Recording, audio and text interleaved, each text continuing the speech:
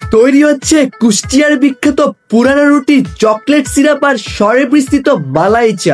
এইরকম এক সসপ্যান দুধ সবসময় আগুনে জাল দেওয়া হয়, আর এই মালাই চায়ের জন্য তারা ব্যবহার করছে এরকম সুন্দর কাপ, যেখানে প্রতিদিন 20 থেকে 30 কেজি দুধের মালাই চা বিক্রি করে তারা। আর এই পুরা রুটির স্বাদের পিছনে রয়েছে বাটার আর চিনি দিয়ে এভাবে আগুনে পুরানো হয়।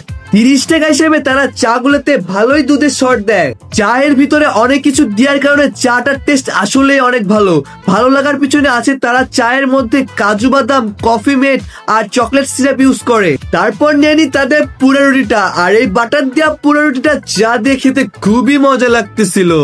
মাত্র 20 টাকায় দিচ্ছে এই পুরা রুটি, আর মালাই চা দিচ্ছে 30 টাকায়। নতুন হিসেবে তাদের বেচাকেনা ভালোই চলছে। আর এই চাটা আপনারা এখন নাটোরে পেয়ে যাবেন। এই দোকানটার নাম হলো চা ঘর, যেটার লোকেশন স্টেডিয়ামের ইনডোরের সাথেই।